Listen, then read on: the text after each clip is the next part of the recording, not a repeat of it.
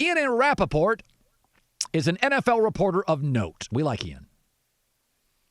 He mentions, he was on a show recently and he said, Cam Newton is going to wait until late summer to sign after a quarterback gets hurt and a team needs somebody to step into a starting role.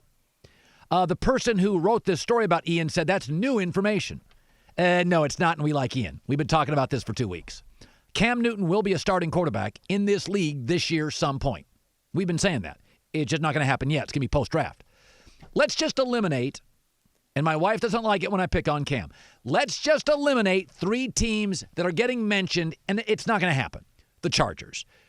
They've got Tyrod Taylor, who they like. They like a lot. Their GM told me, I'll just tell you, Tom, they like him. Buffalo and Cleveland, rebuilding teams. He had a winning record. Chargers aren't rebuilding. Secondly, they're going to draft a quarterback. So they got their guys. Number 2, the Patriots. The Patriots had a lot of opportunities to get guys like Teddy Bridgewater who actually fit their system. They passed. Why? No cap space. Cam's not a good fit. Belichick's detail obsessed. Cam's talented. He's not great in the details. Number 3, the Raiders. They're paying Marcus Mariota $8 million, and Derek Carr's got 3 more years left on the contract. Now, you can make an argument Cam's better than both, and I'm not sure you're wrong, but they're locked in. So those 3 teams get mentioned. They're not going to happen. But, Pittsburgh. This is the team I think fits. Pittsburgh keeps telling me, we don't need him. We're not interested. Big Ben's not as good from the elbow surgery as you think. You might be interested. Big Ben and Cam, some similarities. Little light in the details. Accuracy comes and goes. Athletes, big, can get hit, throw the deep ball very well. And there's a charisma with Big Ben and a charisma. They're stars with Cam Newton.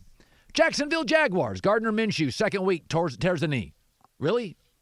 You're not going to go with Cam? In Jacksonville, you can't sell seats. You don't think Cam can sell tickets? He's a celebrity.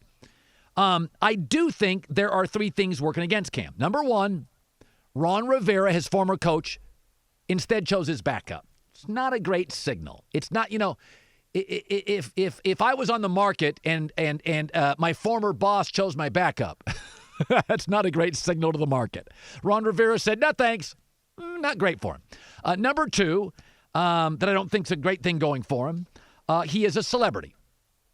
And most people in this league would prefer not to have a celebrity backup. That's why, teams were turned off with Tim Tebow. It's like you bring him in, your starter has a bad week, and everybody's yelling for Tebow. Number 3, and I think this is a real thing, Jameis Winston's on the market. Jameis Winston's younger, more productive, and healthier. If you're telling me I ran a football team, I'd absolutely put Jameis Winston on my roster as a backup for a reasonable price. Absolutely.